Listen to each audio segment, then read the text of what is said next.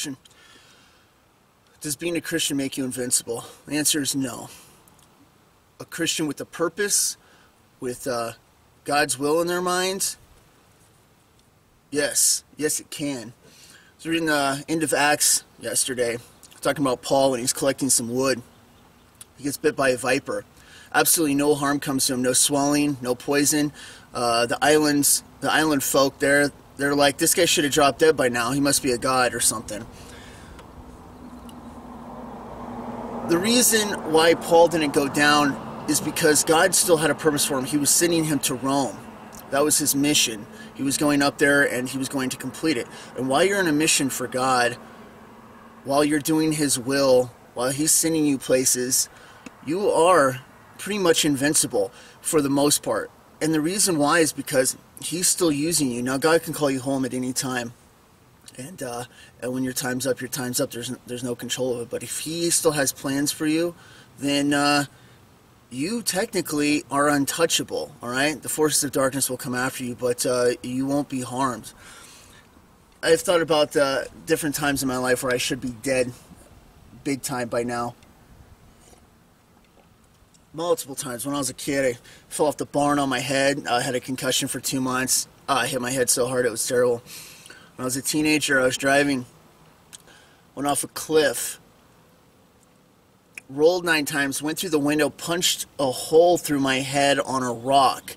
It literally hit my head so hard that it just blew off part of my skull and twisted my brain. I woke up on the side of the mountain with the worst headache ever, and I didn't know where I was. And I walked down the mountain and got to a sleeping bag that was flung out on the side that was in my trunk. The car was totally trashed, and they sent me to the hospital. I'm supposed to be dead. They're like, we don't give him very long to live. And they thought I had a broken neck and all this other stuff. Instead, I have a miraculous recovery. I was on a prayer chain. People were praying for me. I'm out of the hospital in 4 days. Okay?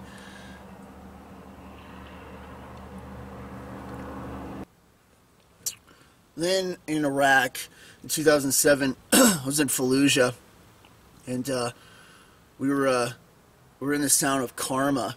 Bad news, terrorists everywhere. We've been causing some damage out where we were, and they ended up bringing down 100 Al-Qaeda or so from Afghanistan, and they were gonna kill us all. And we had a small group of mortars, which I was attached to, and I was gunning on one of the 120s.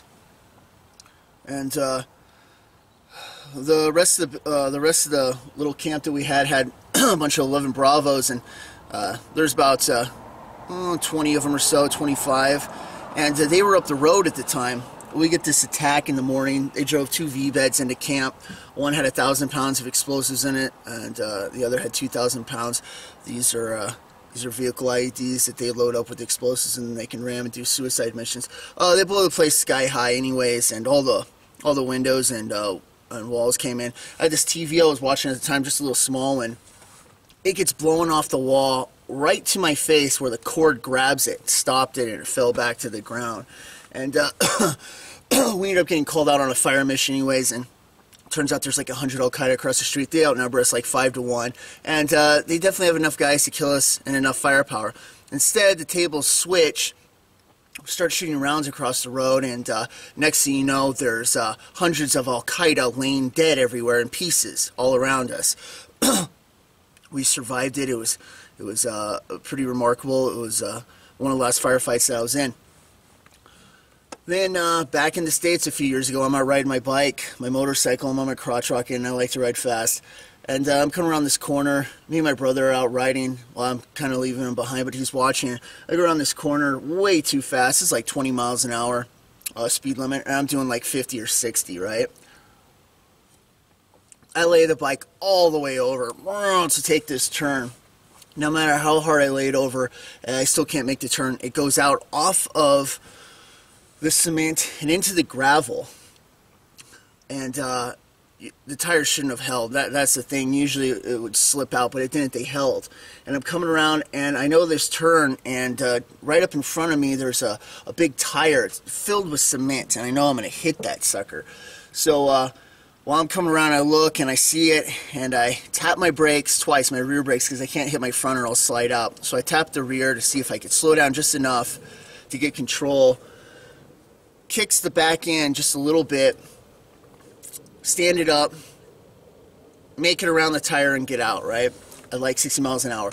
Now when I see this, I see it drawing out, maybe 100 yards in front of me. I'm going fast as it is. I'm all the way over. Tap the brakes twice to kick it, slide it, and then just barely make it around the tire, right? Well, I ended up going back and looking at that turn. That tire at that turn is about 15 feet away. At 50, 60 miles an hour, that's absolutely impossible. What happened that day is nothing short of miraculous. What I saw was it literally stretched out in front of me. I had more time to do it. I had more reaction time. I was able to make a conscious decision of tapping the brakes twice, feeling the bike kick twice, getting it slowed down just enough to get it up and then around that tire that was filled with cement so I didn't hit that thing head on. That was on this turn. And then I go over there and look, and literally it's just about 15 feet. It's impossible for what happened unless there was God's hand in it, and he was literally like stretching out the dimension himself. I have no idea. I haven't had anything like that happen before. It's very interesting, but these are just a few things, you know, where I should have been injured big time, and there's plenty more. But you know, I look back and I think of that, and I think about Paul's story about that viper biting him in the hand, and you know, it's really amazing. I've wanted to have a purpose for God and do His will no matter what, whenever He calls me for it, because you know, I was told when I was a kid that I was going to be special and blessed, and you know, I didn't want to screw that up ever, because I'm like, man, if God's going to use me, I don't want to screw that up. I want to do His will.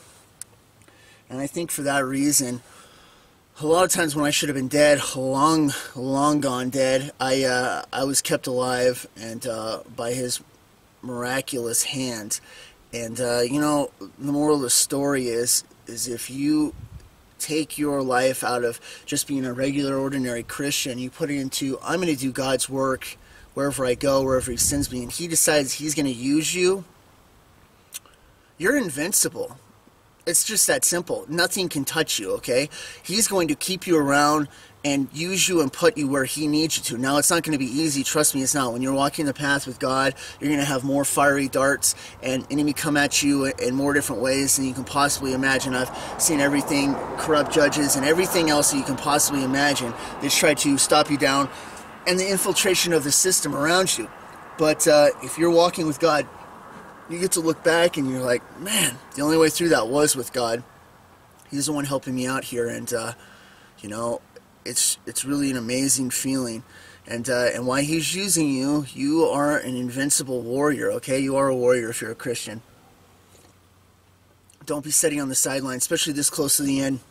If you can get out there and talk to people, do it anyway. Every message you leave, every time you talk, it's an opening, you know? What do you think about this war going on? Man, it really correlates to what's spoken of in Revelations. What's that? Oh, there's some wars that are coming that mark the end, you know? Well, you don't seem very afraid. Well, I have hope in Jesus. He's going to get me out of here. Well, tell me about it. Boom, door gets open, all right? There's multiple different ways you can open a conversation, okay? This is your chance to do it. This is just going to be a short video. I'm out here drinking a little coffee I just made this morning. It rained pretty good last night. The juniper smelled great, though. And got to go do some stuff. But, you know, I was thinking about that in Acts with Paul, and I just kind of wanted to talk about it.